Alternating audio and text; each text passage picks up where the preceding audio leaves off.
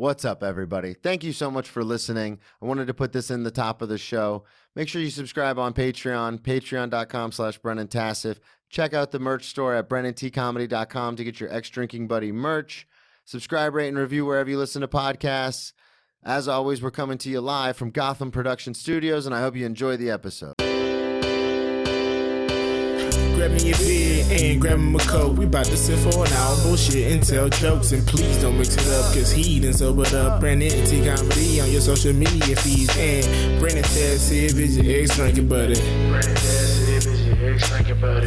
Brennan Tassif is your ex-drinking buddy. Brennan Tassif is your ex-drinking buddy. What is up, everybody? Welcome into another edition of Brennan Tassif is your ex-drinking buddy. I am your host, Brennan Tassif. If you're new to the program, quick rundown of the show. I used to be everyone's favorite drinking buddy. It was my favorite thing to do, hang out with friends, get drunk, do drugs, get in all sorts of trouble, and then reminisce about those crazy stories. I am sober now, but that is still one of my favorite things to do, hang out with someone and reminisce about the good old days. Most weeks I will be joined by a guest. This week is no exception. All the way from New York City, Derrick Thompson. Yo, nice. What's up, dude? Not shit, man. Out here, living the life, having fun. Hell yeah. Yeah. Plug everything up front before we get too far. Social media, any dates you got coming out. This will come out Monday. All right. It's D.T. on Instagram, also on Twitter. I got a podcast, The Book of DT. What do you guys talk about on that? Oh, dude, it's just like a... Is it just you? It's just me. Just a quick rundown of what's going on, what's on top of my mind. It's all kind of crazy shit. Oh, shit. Just like last episode, I was like, I just had this Usher song stuck in my head, and I just kept singing it over.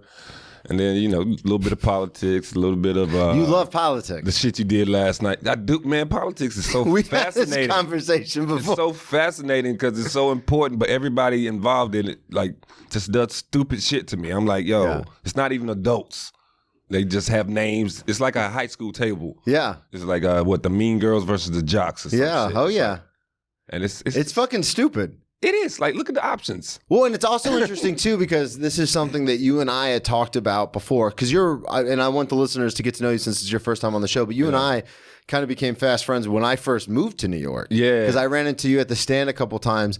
And we had talked about this, both being from the South, it's just a different perspective on things, especially when it comes to and that's the thing too, is like my current girlfriend now, Tracey, she was asking me when we first started dating, she's like, oh, you're from Florida. And I was like, yeah. And she's like, are you vaccinated? And just to fuck with her, just to be a dickhead, I was like, no, of course, no. Daddy Trump says don't do it. I'm not going to do it. I'm a goddamn Florida man. Yeah. And so, but then obviously moving to New York, you had to have it. So of course I got it. And I even got the booster, but she was like freaking out. And I was just like, had to have it. But she was like freaking out. And I was like, oh, this is such a weird thing and I know you and I talked about it because when I saw you at the stand once and you got into like a political thing. Yeah, I was going in. Yeah, and you were just going in. Those guys literally kicked me off the show because of that shit. Well, it was that show that I saw. Yeah, I got kicked off of it. You were just going. Off of just political shit and the crowd likes it. Yeah. They didn't care. But the guys running the show, they're like,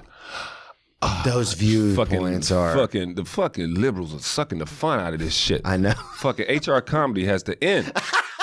That's what I call it, man. I call that shit the HR comedy, man. Like, word, you gotta check in with HR. Got to make sure, man. Before you do fat jokes. You know how long comedians have been talking about fat people? Dude, I got in trouble at a mic. Not trouble, but I got a stern talking to at a mic.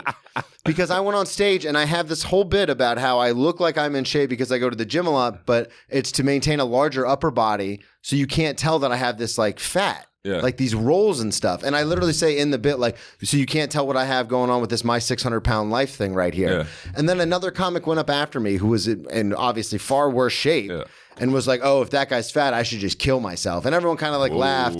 But then he got serious about it. And then during the mic, someone took me, not even the host, just someone else was like I was going to leave. And they were like, hey, man, you're in pretty good shape, especially for a comic. Maybe lay off the fat jokes. And I was like, how about you I was bullied my whole life for being fat. Who the fuck do you think you're talking to right now? I'm talking about myself being fat. You can't even talk about yourself being fat anymore? Yeah, they were mad because apparently I'm not fat enough to talk about that. You should have told them I'm living my truth.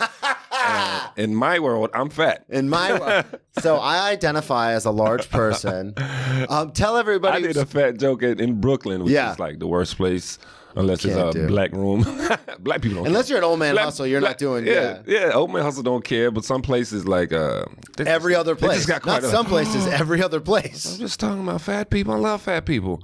Half of my aunties are fat. Well, and I remember I did the very first mic I ever did in New York. Second mic, excuse me, was at the Tin Roof in Brooklyn. Okay, yeah. And I went there and I was all like, boy, oh boy, I'm in New York. This is like my first week in New York. And I was like, here we go. And I told a story, true story that I told in my one-man show. I told the full story, but it's also a bit that I do on stage about getting arrested. And then there was another man in the cell with me asking what I did. Now, me and this guy are still, I told you this before, me and this guy are still Facebook friends. We're buddies. His name was Tyrone. And when I do the joke, like I do the, different voices and stuff. And then a woman came up to me, not even, again, not the host, just some random open mic comic in Brooklyn, like my first week here. And she goes, hey, that joke is racist. And I was like, the story, the true story that I told? She goes, yeah, why does his name have to be Tyrone? I go, because that's his, I was like, because we're friends, like that's his name. Like, what are you talking? She goes, you should change it to like Bill or Bob. Oh, wow. And I was like, first of all, no. But second of all, like that's what happened. Yeah. And so it was just one of those things where I was like, oh, fuck Brooklyn. Like, I'm never coming back here again. That's the HR check I'm talking about. Yeah. HR comedy is like the community self-policing. I bet that, I almost called her out of her name. I bet that lady wasn't even funny. Well, it's one of those things, too, where I didn't see her set, so I can't speak to that. But anybody who tries to, like, and I know as comics we talk about this all the time, but if it's funny, if the joke is funny, you can kind of make a joke about anything, as long as it's funny. Now, you do have to, like, be aware of people's feelings, right? Yeah. A little bit. You don't want to, like, if it's a white guy telling a joke about black people, it has to be that much funnier. Yeah. No, I completely agree. Yeah, because, I get that part. But like, yo, if you're telling a real story about a real person, she wants you to change his name because there's no white Tyrones. That's what she is. Like, what the fuck is that about? She said I was basically perpetuating stereotypes, and I was like, I'm just telling the story about what happened. Some of these stereotypes are real. Like, he said it. Derrick said it. I did not say that. That's why they exist. 95% of black children are raised in fatherless homes. I'm kidding. Just start throwing out statistics you have no backing for. Fake statistics. That's the best part about the internet. You can be a fake expert real fast. Oh yeah, there's a site. I remember when I was in college, our old one of my old law professors used to always joke. He goes, "Yeah, you just go to imright.com and type in whatever you want, and you can find statistics to back it up." Shit, for real. I gotta check that out. It's hilarious. Have an argument with your girls like, "I'll be right back." Imright.com. See, I told you your sister should sleep with me. Told you she was fat. So tell everybody, let's get to know Derrick. So you're originally from North Carolina, correct? Yes, the greatest state in this lovely union. I say that because I'm from there. Yeah. You got to represent your side. I say that about Florida all the time, man. 386, right till I die. So when did Was that a gang sign? No, it's 386. So nobody's ever been shot after doing that. Oh, that's not true. Okay. But I mean, it's Daytona. People get shot all the time. Shit, Daytona's wild, yo. So when did you start doing comedy? 2001 was my first time on stage. But I don't count that as my start date. I count 2002 because that's when I was like, yo, fuck it, we going in. Okay. And what did you started in? Obviously, you started in Carolina. Yeah. Okay. Good Night's Comedy Club.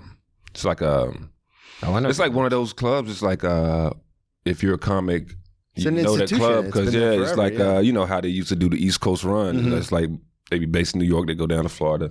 And you stop everywhere along the way. Maybe shoot up to the Midwest after that. But Good Nights was the spot. It's like you would see all these legendary like headshots from like the 80s in the what's that? I guess you call it the vestibule when you just walk in. Right when you walk in. Yeah. So I started there, man. And what made you want to start doing stand up? Like, how did you even find stand up? Because it is such a niche thing. I've always been like, I like to joke around. It'd be like in school, that type of stuff. But at the time, I was going to North Carolina State University, and Wolfpack, baby. Yeah. Fuck the Tar Heels and the Blue Devils, always kicking our ass. But I was going to school, and then it was like it was like I was 4 years in, hadn't matriculated yet. I'm like, this shit ain't gonna work, son. So I'm on the verge of dropping out. So I'm really looking at my life like, what the fuck I want to do. Yeah. But like, I got the suggestion from this girl, Heather. I think it's her name. I still remember. Shout out Heather. Because, yeah, she changed my life for the worse.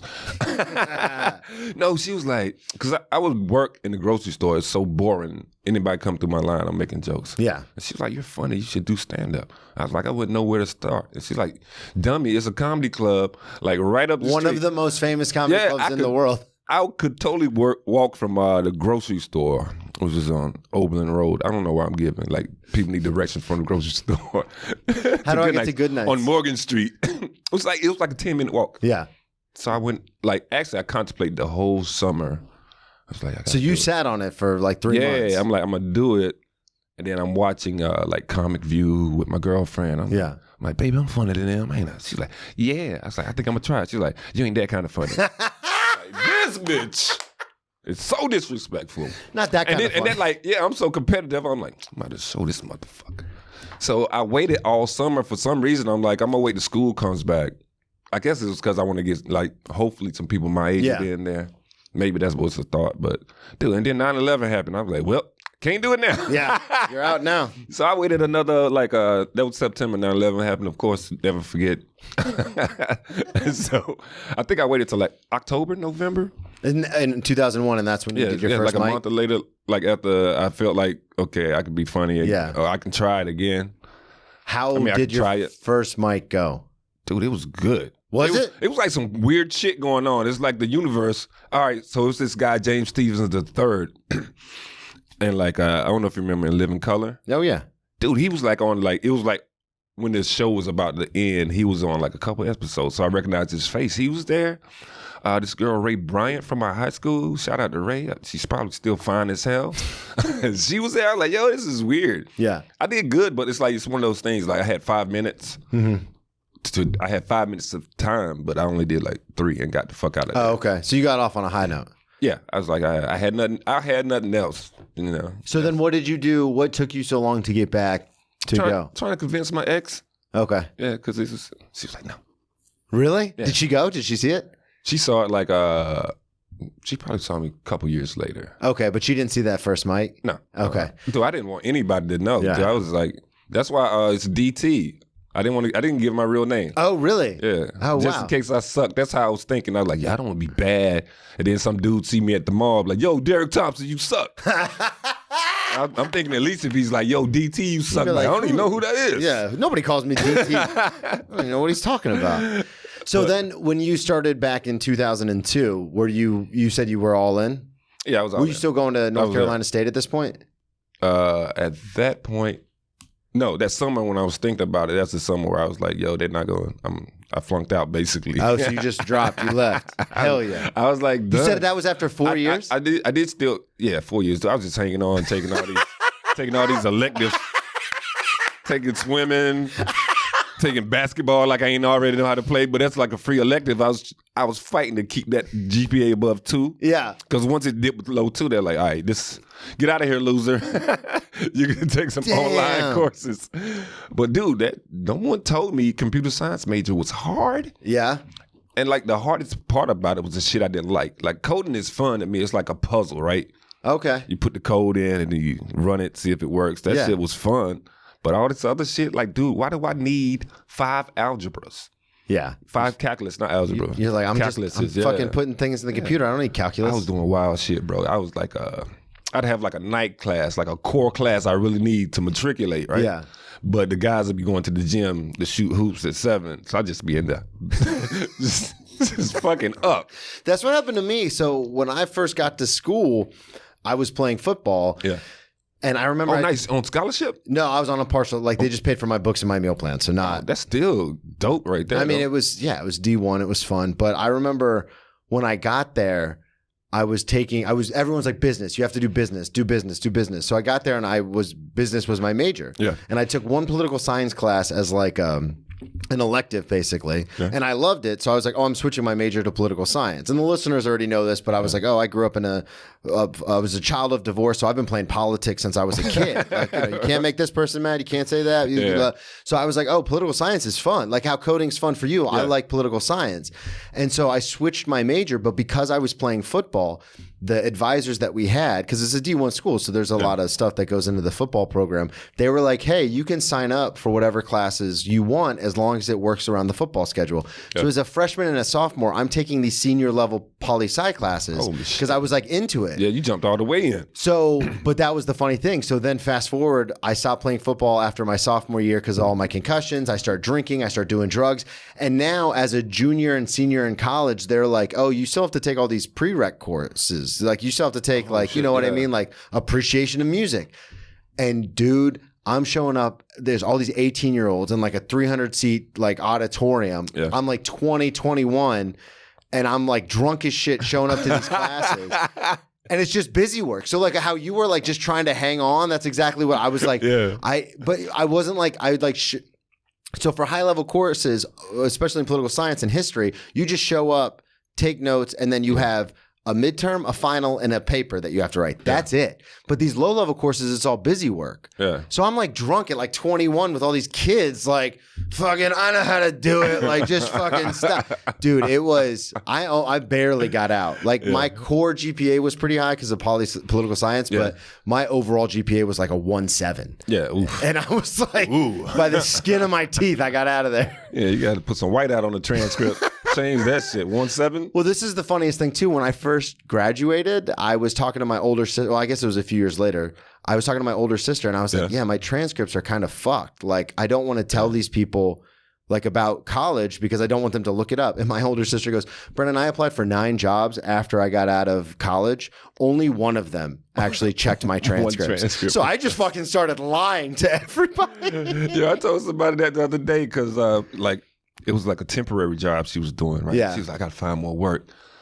And then she found a job she liked, and she was like, my resume is good enough, but you have to have a degree. I was like, how you feel about lying about that? I heard that works. Most of these motherfuckers don't check that shit, yo. How do you feel about lying? Yeah. I might do that if I didn't give a fuck. Actually, if I wanted to find a job, fuck that shit.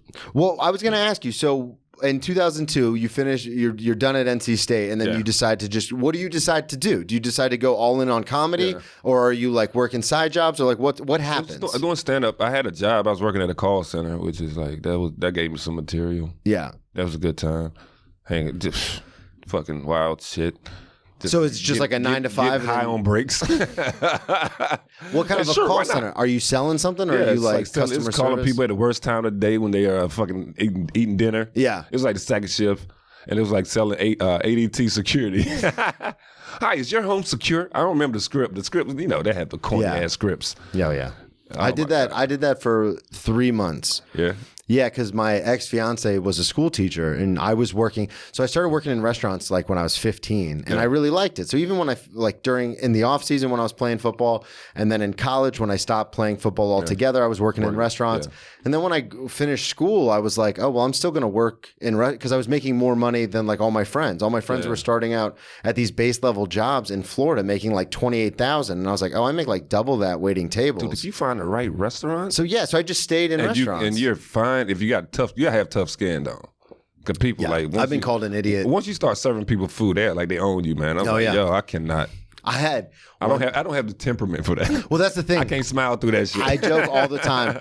The kitchen staff a lot of times will talk shit, and they'll be like, dude, what the fuck? You guys make so much more money. You work less hours. And I go, yeah, that's because someone will call me a fucking retard, and I just smile. I don't swing on them. Exactly. That's why you are working in the kitchen, and I work out in the front. Because if someone said that to you, you'd kill everybody. Right? Get one of them chopping knives. Yeah.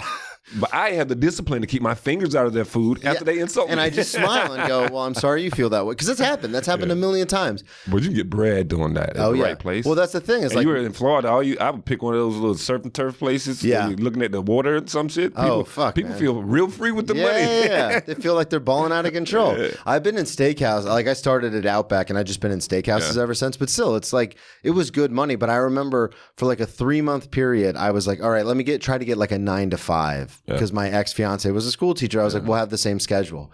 And I did it for 3 months on the phone with that corny ass script every day. I was selling, I had my licenses, so I was selling financial products like life insurance and stuff like that. And dude, I gained 30 pounds in like 3 months because you're just sitting, you're sedentary. And then it was like it was one of those things where he was like, oh, it's 9 to 5, but you take an hour for lunch. So let's call it 8 to 5. And then if I'm on a call at 5 o'clock, you got to keep going. You got to keep going. Get so then it goes to like 6 or 6:30. And then all of a sudden it's like, what the fuck, man? Yeah. And like people like us, man, it's like, that kind of job is like your spirit is getting suplexed every night. Yeah. It's like, boom, get on stage. No, I need money. Yeah. Well, and that's the thing too, is the thing I love about working in the restaurant industry is especially softer bits, you can try them out at tables. Yeah.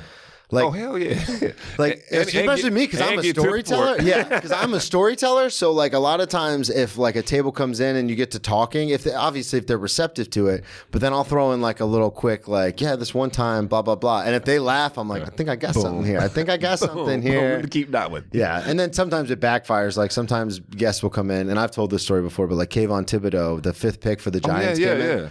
And he got really drunk, and they were just having like a good like time for after mini camp, and it was a fun time. But then towards the end, I told them that it was all the rookies, and I told them that I moved to New York for comedy. And they were like, oh, tell us a joke. And the number one rule is like, absolutely not. So I did it. And then Kayvon, like, it's a 2-minute story. And literally 15 seconds in, Kayvon's looking at his watch, like looking at the door, ready to leave. And he's an asshole anyway. Well, I was like, he did a snow angel next to Kirk Cousins after he killed him. Oh, that's true. Yeah. I was like, yo, dude, after he hurt him, yeah. He's like 30 seconds worth of snow angel with no snow. I was like, this dude's a dick. But then I told the story, and then a couple of people laughed, and then he kind of chuckled, and he goes, that's a mediocre joke. And then he just left. And I was like, I hope you have a mediocre fucking career, you piece of shit. You check his stats, like, yeah, that was a mediocre game. Dude, I was like, I have to now follow his entire career, so then in 5 years I can tell the story on stage and be like, who's mediocre now? Like, I will tell you about my nemesis. My arch rival. He doesn't even remember you, but you're just plotting in your apartment. Well, come on, we're comics, man. We're so fucking petty. Like, we hang on to shit. He's gonna remember you when you show up with that Dr. Octopus outfit on outside his apartment, high rise shit. So yeah, right. Just got the we meet again, on. 5. Just call him 5. Don't even respect his name. We meet again, 5. I'm here for you now, 5. I'm gonna avenge Kirk Cousins. God, that sounds like something I would say. So in 2002, you're working at the call center. You're doing stand up, and so what ends up happening? How do you end up moving to New York? Like, was it going well in Carolina, or were you? It was, dude. It was like that first year was like kind of crazy. Like the house host liked me, so when he was out of town, he would throw me gigs. Okay, he would let me host, and then I don't know if it was that year or the year after I ended up starting to feature. Oh, shit. Meeting all kinds of cool guys, man. So this is like 2 years into stand-up. You're doing feature spots. Yeah, I got off to a hot start. It's like, I thought it was going to be easy, but I'm still poor to this day. Well, it is one of those weird things, too, where like certain things will break your way, and you're like, oh, this is, I guess I've made it. Yeah. And then like a month later, you're like, you never really make it. But dude, it was like, I was just doing all the open mics, getting up every chance I could. And like, it wasn't like here. Like, here it's like crazy. You can go every night of the week. It would be like, I think the open mic at the time was on a Wednesday. Okay. Maybe a Tuesday. So you only had like a couple here and there. Yeah, dude, it was just like one spot I was doing consistently. And then there was this guy used to do shows in Durham. And he would come to Good Nights and Scout. Yeah. And then I used to host all his shows. Oh, shit. Yeah. And then actually one of his shows, it was wild. That same year, 2002, it was like a big ice storm. And it's North Carolina. So like, North Carolina got like one snow plow in the whole state. Yeah, so they're not ready. Yeah, when something like that hit, it's like shuts everything down. So the girl it hit the whole East Coast. The headliner that week supposed to be from Baltimore. She couldn't get out. Yeah. So he gave me that spot. The headlining spot? Yeah. Like the first year I did like it was a show. I think I did 30 minutes, maybe 40. Damn. I got it on tape. It's like, dude, it's so old. It's like on VHS. Yeah. I mean, it's like back when the velour suits, when all the rappers. The baggy ones? Yeah, I had the velour suit with the hood, the gray joint. I was like, yeah. You got to turn that, And then like, it was no fucking electricity for a while. Oh, shit. And I'm just in the mirror at home practicing, and I had a bunch of jokes about the ice storm shit. I don't even remember that. I should watch that. You got to put that on digital and then cut it up. Get embarrassed. No, you should put it on digital and then cut it up and start posting it. Dude, I am totally bad about that shit. I'm like, well, let's talk about it. We were talking about it before. I got a shit ton of I got a set from like the last, well, I recorded one the other day. I'm trying to get better with that shit. I think I'm gonna post that. But the last set is from like the Funny Bone in Albany. Okay. It's like 10 minutes, a good set, and it's just sitting on my laptop. Yeah, I've got collecting dust. I've got so many. many. A lot of that shit. Well, and that's the thing too, and we were talking about this before, but it's like I don't like watching the set. I have one. I was telling you, I have one good set from my going away show from right before I left Florida because everyone came out, like all my friends, everyone came, so it was a fantastic show. And that's the only set I like watching because it was a friendly environment and like every joke hit because it was all my friends. Yeah. But normally I'll watch a set and I'm just like, I'm gonna fucking quit. Like this sucks. Is it like the material? Like, is it the material you don't like, or the reaction from the material? It's it's my voice basically, and then the reaction to me speaking. We're like, because sometimes it's always something that most people think you would like be fine with, like an innocuous thing, like the voice thing. Like you can't do nothing about that. Yeah. But like, I get you. The voice, dude, I got a hitchhiker thumb, right? And sometimes it'll just be like popped back like that, and I was like, God damn, this is terrible. What's going on? I do this thing where dumbest shit. I rub my ear. Yeah, like I'll put my hand on the stage, and then I'll like rub my ear when I get nervous. So like I'll be talking, and then I'll rub my ear, and then I'll like put my hand on the mic stand, and then I'll go back to rubbing, and I'm like, what the fuck are you doing? Right? It's a little shit. Be confident, you piece of shit. I touched the mic stand too much. Yo, Tracey Morgan told me to stop doing it. Hey, yo, stop doing that. You ain't cool. When did you work with Tracey? Dude, that's the beautiful thing about Good Nights. Like I would work with some crazy, like some stars. Like, because it's like the comedian pool is so small, right? Mm-hmm. And I was like that go-to urban guy.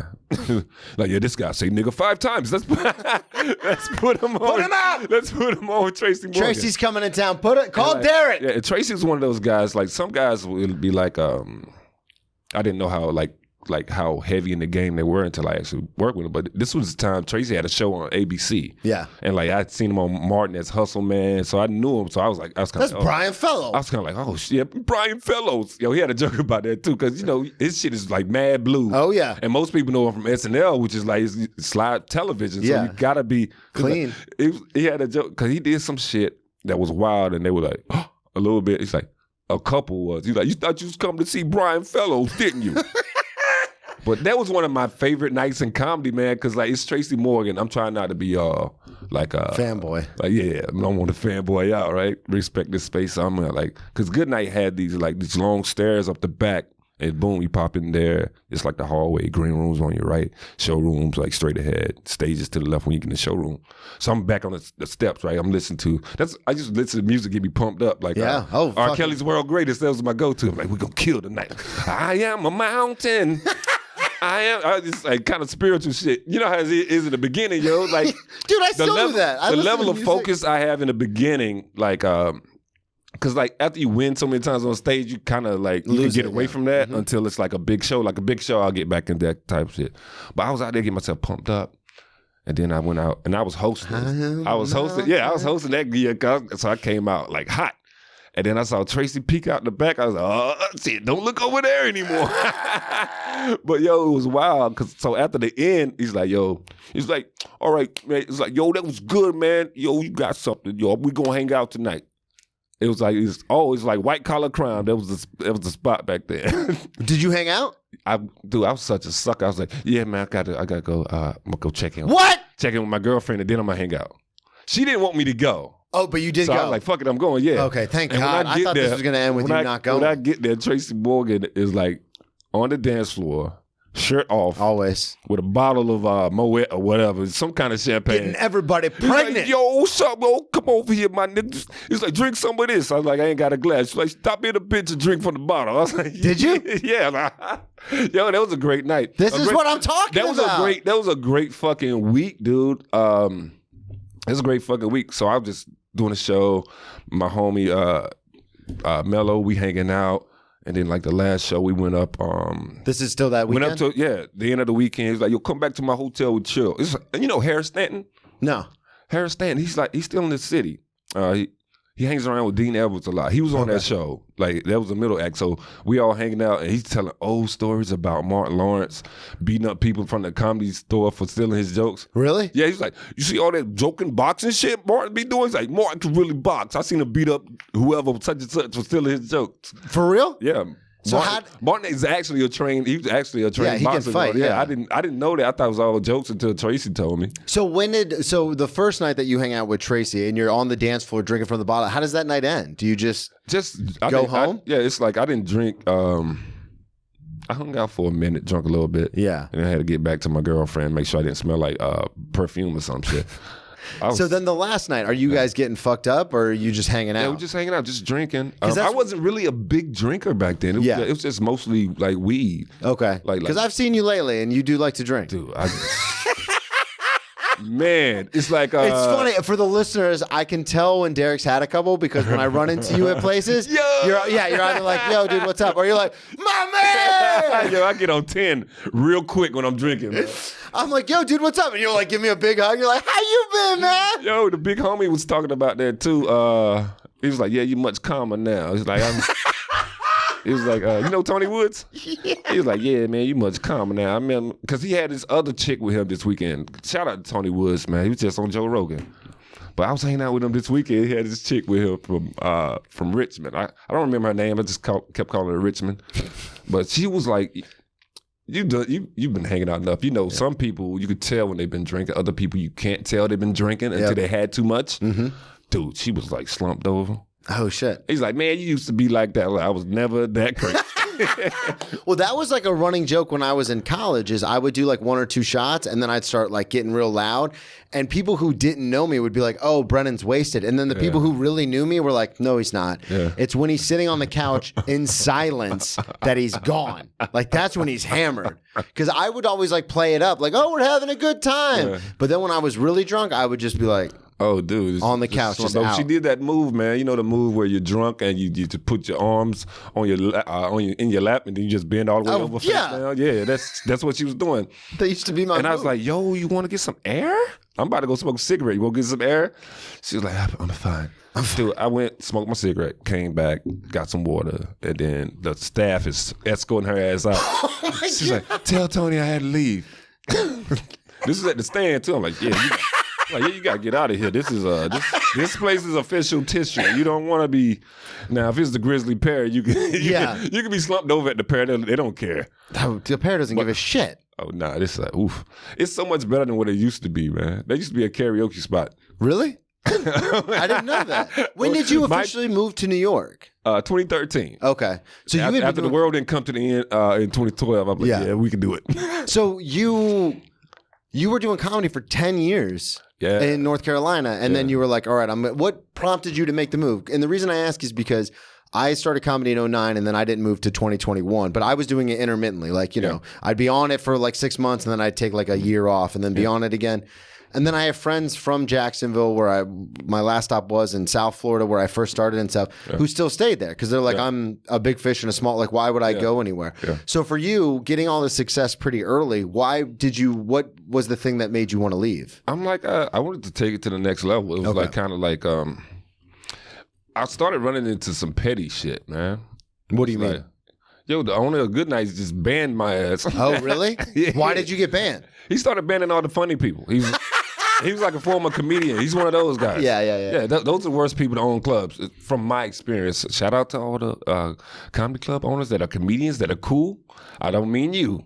But this isn't about you. Some of them motherfuckers are like, and he wasn't funny. Like, that's what my OG told me. He's like, yeah, man. He's like, look around. Because I was like, yo, he banned, okay, I had this friend named Jamondo. Speaking of drinking, that motherfucker is wild. Yeah. He is. I'm a happy drunk. He's more of a... aggressive. You know how some people, it's like different stages, like you were talking about when you start drinking. Yeah. But people think you're fucked up. You're not fucked up. You just help the Having a party good time, move along. yeah. And then you get to the level where you pass out. Yeah. Like, Jamondo had an anger. Like an angry stage in there? Yeah, and I was like his only friend, because I understand it. I'm like, yo, he would tell me about his life. I'm like, yeah, he's going through some shit. He's going through some shit. He's always going through he some just shit. don't know how to deal with it yet. So I'm still be his friend.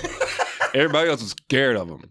But he was the first to get banned, so we looked at it like, he's crazy. Yeah, that makes sense. Right. That adds up. Then they banned this guy named Mike Spurlock, good comedian. I'm like, yo, why the fuck they banning Mike Spurlock?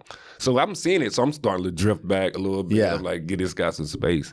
And my OG, Terry Tuff, shout out to Terry, he was like, man, you don't see what he's doing? No. He's like, he's getting rid of your friends. He's like, aren't your friends the funniest ones? Yeah, you had no idea. Day? Like, yeah.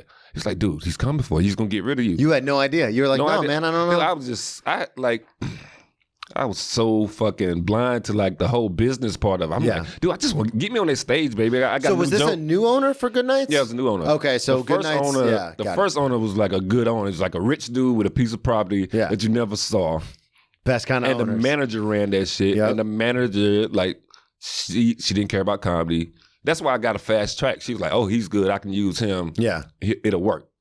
So it's like, because she wasn't worried about like how much time you put in or anything like that. She just says, "Oh, the crowd likes him. He's lively. Like we'll use him." This new fucking owner was booking himself. He moved to open mic night so he could do an hour of his trash. He's like one of these. Are you serious? He's one of these magic dudes. Oh my god!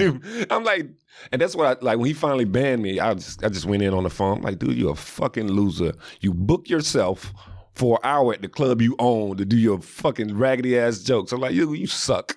Damn. And he would I was like, yo, you wouldn't own this club if your wife's family wasn't rich. Which was true. He bought that shit with his wife's money. Fucking loser. I'm gonna say his name. Yo, Brad Reader, if I see you in the street, I'm gonna fuck you up. No, I'm not. That's why I told him when I got banned. Cause he banned me. No, actually, oh shit. The last night I performed there the night I got banned, it was wild, right? So at this point, I know he's like just eliminating people and he's going to eliminate me. So what I would do, I would call the house host at the time. I was like, is Brad there on open mic night? If he was there, I'm like, because at this point, I had found other places where I could and you're like, I'll sit this one out. I was like, yeah, I'll sit this one out. That night, he was like, nah, Brad ain't here tonight. I show up, and this nigga Brad comes in. like right after you? Like 2 comics before I go up. I was like, oh, man. I knew I should have got an early spot. Yeah. So, and like, this is back when I was just like, you could give music to play. So I had I like play my music. And then Brad was there right before I went up. He was like, yeah, Brad said you can't have no music. I'm like, fuck it, I don't need no music. Yeah. I get up, this dude gives me the light, like, maybe like 30 seconds in. Yeah. Boom, I get the light. Dude, I'm hot. I walk straight from the stage. So you came off the stage? Yeah. And people that know me, like, the thing about me, man, when I get upset, what I've noticed is like I keep it so light and friendly all the time. When I get upset, people like it's like a red flag. It's like So I'm going. I'm like I understand that completely. He was back by like I told you what the green room was. They had a kitchen back there, so he's back there, and I know it. So I go straight there, and dude, comics trying to stop me. I'm just swimming through them. They all little. I'm like move, and it's this one. I can't remember his name. I should thank him because he kind of calmed me down. He was a big dude, like 6'8". Yeah. Like I got a wiry frame, but he sees me. He sees me. He's like, "Yo, calm down." He stopped me, so it's close enough. Like Brad might have been as close, so I'm just talking shit. I'm like, next time I see you, I don't care where it's at. It could be a barbecue, it could be church, it could be McDonald's. I'm fucking you up. It's on site. Knowing damn well I'm not fucking them up. You're not fighting anybody. I'm not a fighter unless I got to be cornered. I run first, but like, yo, I was like, I'm fucking you up, dude. It's like. So wait, at this point, you don't know you're banned. He just gave you the license. No, I figured I'm banned. I'm like, yo, let's go out with a bang. Yeah. It ain't going to be a phone call like Mellow Mike and Armando or Mike Spurlock. It's going to be face. I'm out. Yeah. Fuck him. You want to do this? So we're going to do it. Let's threaten this nigga. And he started out, look, I saw him maybe a year or two later at the airport. I was doing Skycat work than he was. I saw his wife first. And she was like, and Shannon never did nothing to me. I was like, hey, Shannon, how you doing? We talking? And then she was like, and then Brad came out the bathroom. I just looked at him and kept walking. It was funny. It was funny. Man. So what year was this that you got banned? Maybe. Was this, obviously it's before you moved to New York. Yeah. So I moved to New York 2013. It must have been like 2010. It's fairly close. So you got banned, but that kind of helped me. Like, well, that's what I was going to ask. Push me to leave because I'm like, So like, now you're just doing other clubs. You're doing like different open mics, and like now at this point, you're open mics, and I still like I've been around. Like enough people would like book me and stuff for like, and it's crazy. Like I get booked to do 30 minutes in North Carolina. I make like $250. And then like what would you get for 30 minutes in the city? Like $50? Not even. Yeah. You're lucky if you get 30 minutes. Dude, it's usually what, 10, 15? It's 10. 15's a lot. 15's a lot. So yeah, most of the shows is 10, light at 10, and then get off the stage at 12. Yeah. But it's weird too, because this is something that I noticed is like just some of my friends who do a lot of touring, especially in the Southeast, it's like they make their living doing that, which is awesome. But then you come to New York, and unless you get past at like 4 or 5 clubs and you're doing like 4 or 5 shows a night, like you still have to make a living. You still have to have a day job, whether it's a podcast or whether it's, you know, doing something with like it doesn't have to be like a day job. It can still be in the realm of stand up or comedy, but you have to have another source of income. Yeah, you do, because you're not making money doing that. Yeah, I've been doing mostly gig work. Like I do like PA stuff, which is good, but the schedule has to be flexible. Well, that's the thing too. Is I had. When I first started at the restaurant that I'm at now that we were talking about, when I first started there, the person who made the schedule and all the managers were like super understanding about like comedy and everything. Like there were some times where I would call them and be like, hey, someone just asked me to do a spot tonight. And they'd be like, yeah, we don't need you. Take the night off. Like it's not a big deal. That's why you have to keep your relationships good. Well, and that's, absolutely. But then we have a newer manager and she is not about, she's like, we need you here 5 days a week. Like, what are your availability? And I'm like, come on, like you're killing me with this. Like that's what I told you today. I'm like looking at my phone, like, please. Call me. Please call me. So when you decided to move to New York, tell me through that. Like, did you save a bunch of money? Were you like just kind of coming in blind? Were you thinking like, oh, I got it? Yeah. I decided, like, my friend Kenny Joseph had moved up. Okay. And he's actually from up here. So I was like talking to him, trying to get out of it. And I'm like, yo, dude, if you hear anything about a place to move, let me know. And at the time I was working full time. Yeah. I think I took like 4 months from comedy, just saving money. Yeah. And I just saved up, moved, and like a friend, like Harry Tarjanian, I don't know if you know him. Shout out to Harry. What's up, Harry? Harry was nice, man. That's what I like about the comedy community, man. If you know somebody that believes in you, they'll know somebody that doesn't even know you, and they'll help you out. Oh yeah. So I slept on his couch for like happens to me all the time. For like 2 weeks, maybe. Okay. 2 months. I'm sorry. Not 2 weeks. 2 weeks. 2 weeks. That's a big difference. Yo, that shit was wild, man. It's like moving the dog didn't like me in the beginning. Shout out to R.I.P. Chubby. It's like this child, this black child, right? The first night, maybe the second night, sleeping there. I wake up and this big steamy dump next to me. I was like, oh shit, Chubby is mad I'm in his space. Yeah, that's his bed, man. But yeah, that's So when you got here, were you like hit the ground running with comedy, or like how did that work? Because I know when I got here, we were talking about this before, but I was like, and the listeners know, I was like, oh, I'm here. Like, where's the vice president of stand-up comedy? Like, I've made it. And they were like, no, open mics are that way, dude. So when you got here, were you like, I'm kind of a big deal in North Carolina. Like, I'm here. Like, let's go. No, I understood I had to start over. So I was like, see, I didn't get that memo. Just trying to. No one fucking told me. I was like, don't nobody know me. I had like 2 comedy friends that knew me.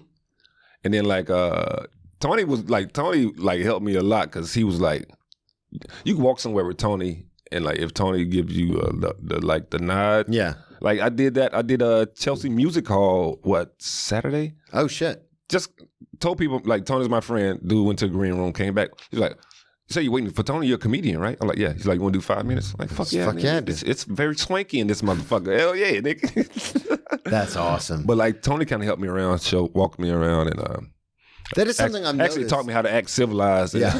Well, that's something I've noticed, is that, and it goes to the point you just made, was that if you know how to act and you hang around, like a lot of times I tell people all the time, I've gotten more opportunities from working at the restaurant and like meeting famous comedians and stuff, shit. And also just going to hang out than I ever got doing like 5 open mics in a day. Yeah, the hangout was a big thing. Yeah, because like people know you're not an act. Like this happened at a club like a few weeks ago, but I was hanging out, me and a buddy, and then the manager came up and he was like, hey man, the host didn't show up, do you want to host? And I was like, but I'm not past it, because I've seen you enough, like you can host. And I was like, really? Nice. But that just came from just being there and hanging out. That doesn't happen with other things. It's like a relationship game. Mm-hmm. That's how I got my first actual shows here. Like my friend, like Quan Wiggins, that's my roommate now. he was up here already like maybe 2 or 3 years. Okay. And he was on this open mic. Tino Romero, the bum. You remember what's his the IG bum is what he calls it. Oh, okay, yeah. He runs around with those tattered fucking sweatpants. I was on his open mic. And I liked it. It was comfortable. Like, we was smoking weed down in the basement. Yeah. Fucking bartender. Once I got cool with her, I'm getting drinks like crazy. So I'm like, yeah, I like this fucking spot. So I like through him, I started getting like some paid work and whatnot. Got directed to like places where it was more like my vibe. Like the open mic in New York City is not like the open. It's probably not like in Florida. I not say like it all in the North time. Carolina. Yeah. You do that shit. It's basically a show. I say this all fucking the show. time. Because there's such a vacuum when it comes to comedy. Yeah. That like a lot of times on a Monday night, people will look around and be like, "What do you want to do tonight?" And they go, "Well, they do that comedy thing at Rain Dogs on Mondays. Let's go to that." Exactly. That doesn't happen in New York. Exactly. In New York, the wild shit to me, like Tino's mic wasn't paid. The wild shit is all these paid mics they got. Oh, like, yeah. Nigga, I'm practicing. Why do I have to Dude, pay? on my days off, I spend like $25 a day doing mics. Yeah, why do I have to pay to get better at my craft? And like, if I wasn't a veteran, I would do that shit. But at this point, I'm like, dude, I done shared a stage with Tracey Morgan, Bill Burr. Yeah. These guys are telling me I'm funny.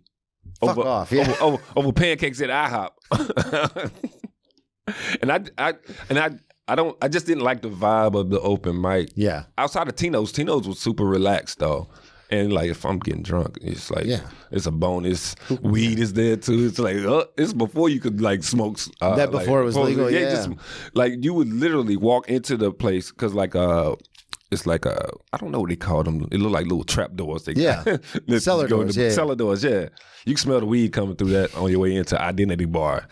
Is that what it was? Yeah, so 4th and A, I think. There you go. They renamed it, yo. Anytime I'm over there, I look for. I was like, "Where's Identity?" A lot of good memories in there. Yeah, man. I mean, it's weird how much the city, and I know it's cliche, but the city's like alive. Like, things change so quickly. Hell yeah, the rent's so goddamn high. Yo, people be it's so going weird, out like, of business. I will literally get on the subway and I'll come up like the same path I take every day for fucking work, and I'll walk out one day and I'll be like, something's different. Yeah. And it'll be like a new restaurant or something. And it's like they put it up overnight. Like, I just like, how did I not notice this before? Or like scaffolding came down or whatever it is. Yeah. And it's just always like, I had to do something in Midtown, which is where I first moved to. And me and my ex, I moved out probably in January. Not probably. I moved out in January and I went down there for something randomly like last month. And it doesn't, like, I got lost. Like, it does, I lived there for a year and a half and I was like, this doesn't even look the same. Yeah, this shit switch real quick. It's fucking nuts. I wanted to ask you about going to school at North Carolina State and like kind of like, when did you, because you said you weren't a big drinker back then, when did you first like start drinking? It's fucking comedy shit. Oh, was it? It was comedy. Yeah. It's like just like in the beginning, I would just do my stand up and then leave, get back to my sweetheart. I really like this girl.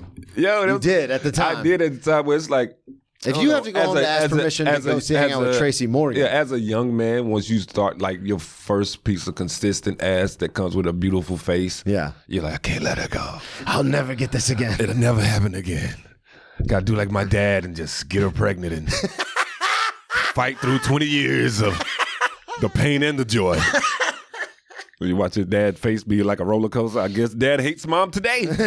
Let's check out tomorrow. But yeah, tomorrow will be better. But yeah, I was just dedicated like that. I'll go, have my fun, and just come home. And then like, it probably was like right after we broke up, just the hangout just started getting longer and longer because I didn't have anything. It was just nowhere to go. I'm like, I'm just hang out with my friends, get drunker and drunker. I think. I started smoking cigarettes around that time. Fuck yeah. First it was like Black and Milds, but then it transferred to cigarettes. That fucking nightclub life, dude, is rough on you. Dude, I remember. If you let it. I remember in Daytona at 18, smoking Black and Milds outside of Razzles. Nice. And like, because it was a long story, but where I worked, I knew a lot of the bartenders. So I would, and I knew the doorman. So I would get into Razzles, and if they don't stamp you or anything, you could get drinks. Yeah. And because I knew the door guy, he would just let me in. So then I would walk in. I would get a Black and Mild from the girl selling like the cigarettes and stuff. And then I go to the bar to the bartender I knew and get a drink. And I'm 18 and I'm like, I fucking run this city. Grown man, like fucking shit right the there. Penguin and I'm fucking the king of this town. At 18, I was such a fucking nerd. I'm like, if I drink, it'll fuck up my vertical. I can't drink. It'll fuck up my jump shot. That's true. It will. I didn't drink unless you're James Harden to college. College is like 18. Yeah. So when you was start trying all kinds of shit. Yeah. So let's talk about it. When was the first time like you got like drunk? Was that in college? Drunk. Nah, I was a big weed head in college. Okay. I would get like Superman high all the time. Were you around weed as a To the kid? face, we drink a little bit. No, it's like dude, my shit was so rural. I didn't hang around kids until I went to fucking school. Yeah. Oh shit! It was. But I knew everybody that smoked weed at school though. Yeah. Like losers, look at them. Yeah, that's what I was gonna say. It wasn't even like a loser type thing. It was like, yeah, I can't be doing that. So my dad would kill me. You know what kind of mood dad's in today? When you got to college and everyone was smoking, what prompted you to even try it? My best friend in college, Chauncey Sneed. Shout out to Chauncey. What's up, Chauncey? That's my G right there. I haven't seen him in a while, man. We got to hang out, Chauncey, when I see you.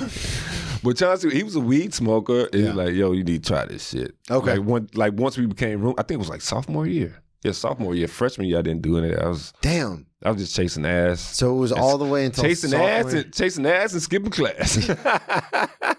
In that order. But like sophomore year, me and Chauncey was roommates.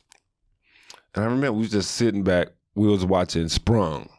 It was Jamie Foxx. Yeah. Tommy Davis said that, what's the chick's name? I can see her face, but whatever. And he's like, man, he's like, D, you got to smoke with me. We roommates now. You got to do it. Got to hit this blunt.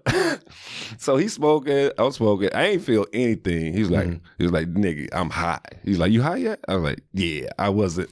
Lying like a motherfucker.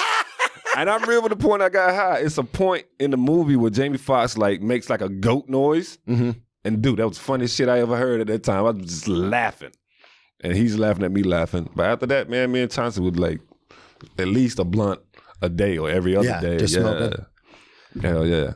Damn. They got on that shit. And I think I think we went to a bar with like 19. It's crazy how easy it is to drink underage. I say that all the time. It's like nobody checks. Yeah, at a bar like 19, it had a beer. I didn't like it. Yeah. I didn't like it at all. I was like, this shit is nasty. Like I thought it was nasty.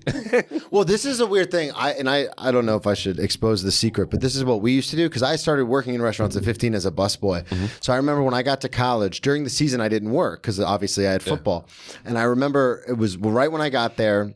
I got there in the summer of 2007. And I remember I went to a Chili's like right near campus. I went with my roommate. And I remember thinking, oh, if I tip this waitress a lot, like an insane amount for like what our bill was, next time we come in here, she won't check our ID. Because I work in the service industry. I understand how this works. So I remember we sat there and all we got was waters. And I remember our bill was like $40. And I gave her like I gave her $80 and I was like, just keep it.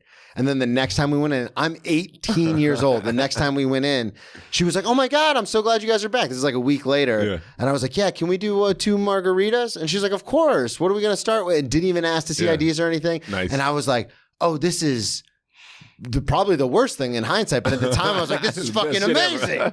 Dude, if you act like you belong, it'll happen. Like, we were at some fucking hole-in-the-wall club. And Chauncey's 19. Mm-hmm.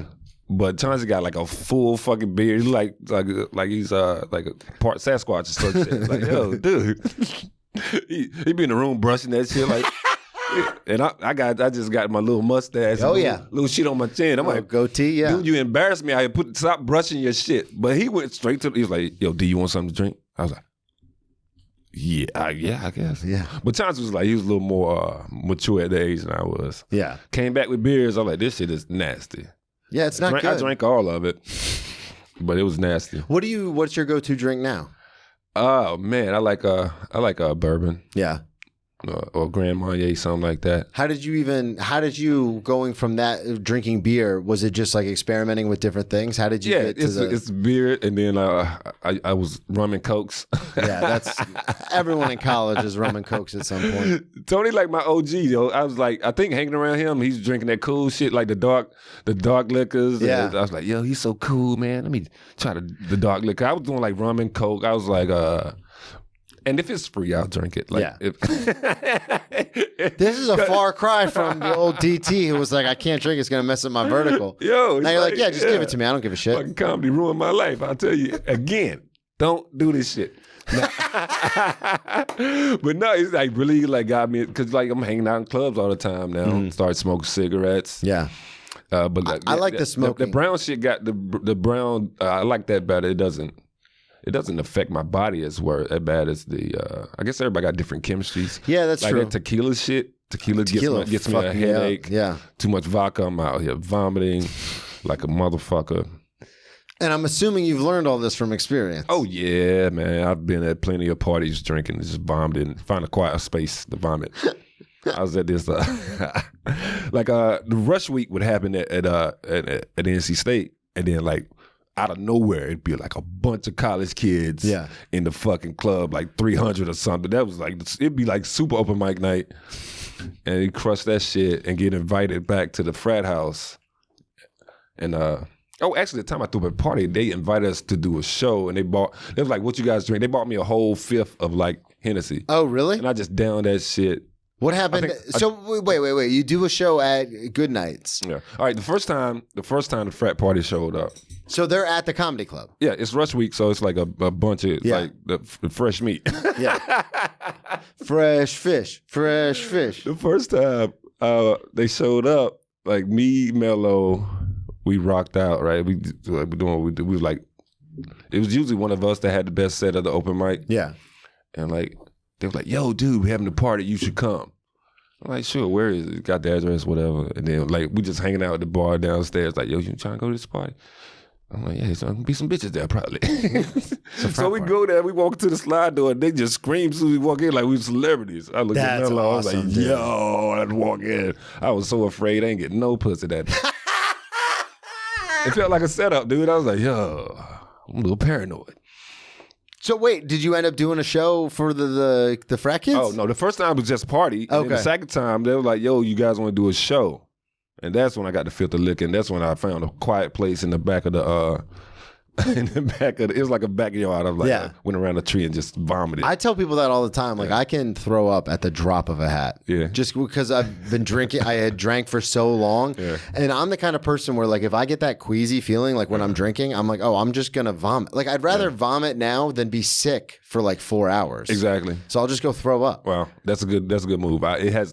It has to move on me. Well, it has to happen. I'm just the kind of, because my I almost said who, someone that I know had taught me this, who works a regular job, and I won't put them on blast because they've been on the podcast before, but they were just like, yeah, just throw up. You'll instantly feel better. You get a dopamine rush because like all the endorphins that you're releasing, and then you just continue drinking. Like it's not a big thing. It's crazy. And it was so funny because my ex-girlfriend like hates throwing up, like despises it. So she would always be like, the fuck are you doing? And I'm like, just trust me. I'm trying to keep partying. Yeah, trust me.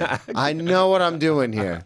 But it's weird. Even being sober now, I've been sober for 5 years. A few months ago, I hit 5 years. And I'll still, like, if I don't feel, it's just, I don't know if it's from years of alcohol abuse or what, but like if I feel queasy, I'm like, I'm just gonna go throw up. Like if you eat something bad? Yeah, I'll just be like, all right, I'm gonna go throw up. Like, It's actually probably the smart move, get it out. Just get it out. Get that poison out. Yeah, because it's like, why do I want to sit here with a stomach ache for hours? Like, fuck this. So I wanted to ask you, we got time for one more story. I wanted to ask you about just like smoking weed and drinking and everything now. What's like the craziest thing like that you told the Tracey Morgan story and obviously Tony Woods. Is there anything in the last couple years since being in New York that's happened similar to that? Good, or I'm gonna give you a bad story. Yeah, give me a bad one. I love bad stories. This happened like 18, maybe 2017. Okay. So me and Ben Bergman had a show he was running at the Village Lantern. And he's like, yo, help me out with the show, host it a little bit. I'm like, yeah, sure. So it was a good night. We had some drinks. Leave there. I'm already a little, I'm like at that point where it's like, yeah, I'm drunk. Yeah. If nothing else was going on, it'd been cool to go home. I've been fine, right? Wobble a little bit. That's always how it happens. Yeah, wobble a little bit. But it's like they were having roast battle. Okay. The one Louis J. Gomez, Yeah. he used to run. They were doing it at Soho Playhouse. So I'm like, yeah, let's go there, man. It's close. We can walk. So we walk over there. And lo and behold, my good friend, my roommate, Aaron Kaplan, shout out to Aaron, he's there bar backing. And it was one of those situations where he's so cool with the bar back. He's like, they like drinking buddies. Yeah. Him and the bartender? Yeah, he's like, yo, Derrick, you want some shots? I'm like, yeah, man, give me some whiskey. Dude, like 4. I'm just slamming them, 4 or 5. Damn. Off the strength of that good show I just had. I'm just willing to ruin my life. Because like New York is weird, right? North Carolina, I wouldn't drink too much because I'm like, yo, I got to drive and be responsible. So I never got like that. But New York is different. I'm like, yo, I'm just walking. Nigga, I'm riding the L train home. Yeah. I ain't driving that bitch. I ain't got nothing. So, dude, I'm slamming shots. And like at some point, apparently I blacked out. I don't remember. Ben's like, yeah, you look cool. I was like, all right, Derrick, I see you. Like, you chucked me a deuce and then walked to the train. Dude, fell on the tracks, bro. What? Came back. I came out my blackout. Soon as I hit the tracks, like, boom. That pain brought me back. And my dumb ass, I look up and I'm laughing. I'm like, ha! I done fell on the tracks. Are you serious? That's fucking a huge deal. And then I look up, right? I look up and these two, luckily, it was like the stop Essex, Lower East Side. Yeah. I don't know. I guess I walked all the way down there because that train would take me straight to my apartment. I was going to say, that's not close to the smart move would be take the F to the J. Yeah. I just walked. And dude, I hit the tracks. I came to. So obviously, I might have took the train there. I don't even remember. I was blacked out. But at this point, obviously you're in a blackout, so you don't remember. But what I'm assuming is you're standing on the platform, like just drunk as shit, and you just kind of fall into the Probably tracks. just tipped over. God. I woke up, ankle like throbbing on my knee, just laughing at myself. And then these two guys that were out partying, I guess, just helped me up. And you know Napoleon. Big Napoleon what Bushwick misdemeanors. Yo, I saw it, but Napoleon came through. He actually helped me out. He was like, you out here fucked up. So he saw you that night, like yo, dude. And like the next time I saw him to hear him tell the story, because I had like a high ankle sprain or something. My leg looked like the fat end of a baseball bat. So I was laid up for a while off of that. But like the next time I saw him, because I called him, he was like, you good? I'm like, yeah, I'm good. Next time I saw him, he's like, yo, last time I saw D, I was at the exit stop, and I was like, he was like, why are all these white people standing around this homeless guy? He was like, now get over there, it's DT. They fell on the goddamn tracks. That was a rough night, dude. And it was terrible. Dude, the stop I was getting off at, because I was going to my girlfriend at the time's house. The stop I was getting off at was shut down. I had to go to the next stop and hop my ass. Dude, that was some painful shit. And then walk all the way back. Yeah, that's when I realized how bad it was. I tried to walk on it. I was like, I can't. 3 steps. It's a motherfucker. Damn. And my mom had some kind of weird premonition like a week before. She was like, baby, I had a dream. Take care of your feet. Really? Left it at that. I'm like, wait, I needed more details. Yeah, baby, stop drinking the whiskey. How about that? Maybe you would have gone to roast battle. Oh my God, that's a great story to end it, man. Plug everything one more time. Let everybody know where they can find you. I'm on Instagram, D.T. Also on Twitter, D.T. And the Book of DT is streaming on all platforms. Beautiful, man. Well, I appreciate you coming on. This was a ton of fun. Hell yeah, man. I had a great time, yo. Thank you, everybody, for listening at Brennan T. Comedy on all social media, BrennanTComedy.com. Check out the One Man Show, also Ex Drinking Buddy, that's on Patreon right now. Yeah. And we'll talk to you all next week. Peace.